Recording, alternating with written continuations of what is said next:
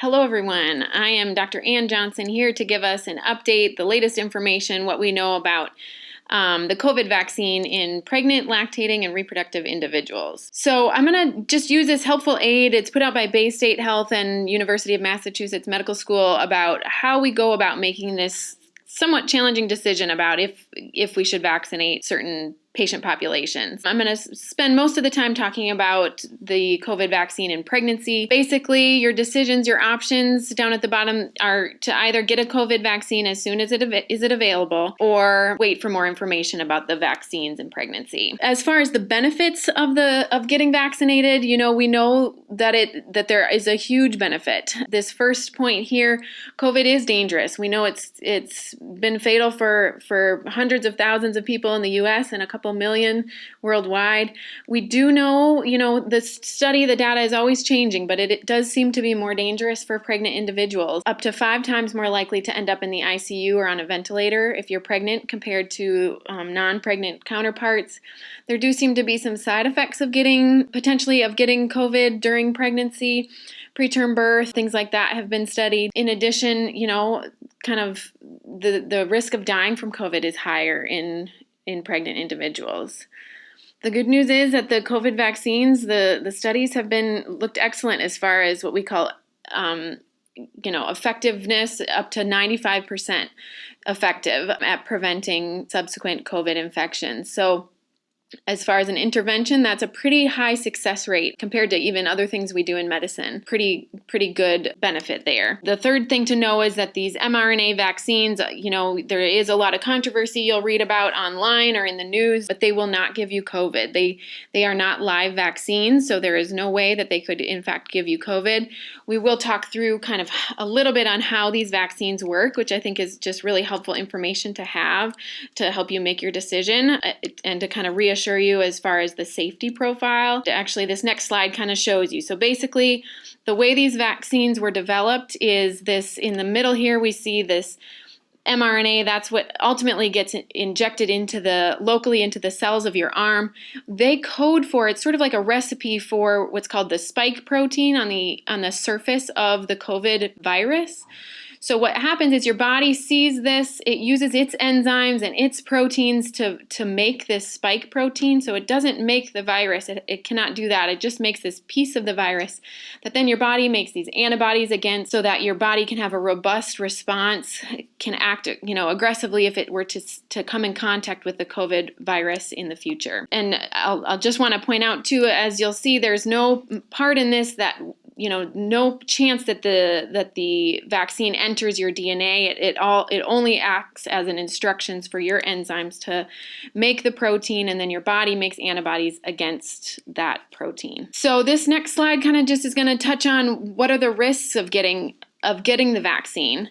Specific to pregnant people, pregnant and lactating individuals were excluded from Pfizer and Moderna's study.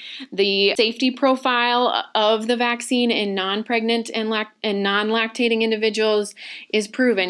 There don't seem to be any major side effects or life-threatening issues associated with getting the vaccine. We just don't know kind of any of the subtle effects that could potentially be there for pregnant and lactating individuals.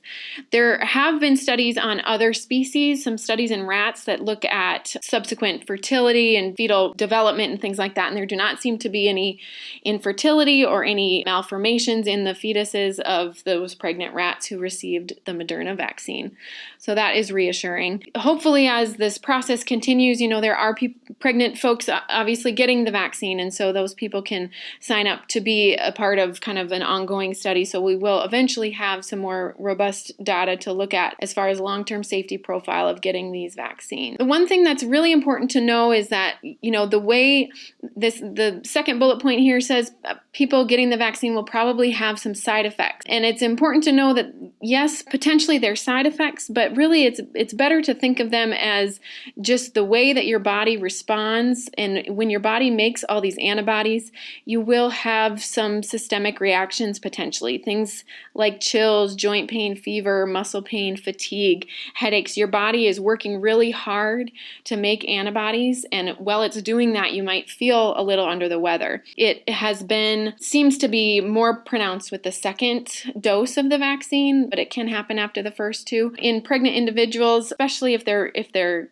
having symptoms of fevers, Tylenol can just break that fever and help them to feel a lot better. So although these are called side effects, in my opinion, they just seem to be more of kind of validation that your body's working hard and that the vaccine is going to be effective. So luckily, there are people out there in the world from these various societies that govern kind of how we practice medicine who have really scoured the data and helped to provide us recommendations about what we should do and how we should counsel our patients. So the Society for Maternal Fetal Medicine, so kind of high-risk obstetric doctors, they strongly recommend that pregnant individuals have access to the vaccine and that everybody makes the decision that's right for them. American College of OBGYNs, they recommend that the vaccine should not be withheld from pregnant individuals who are otherwise eligible.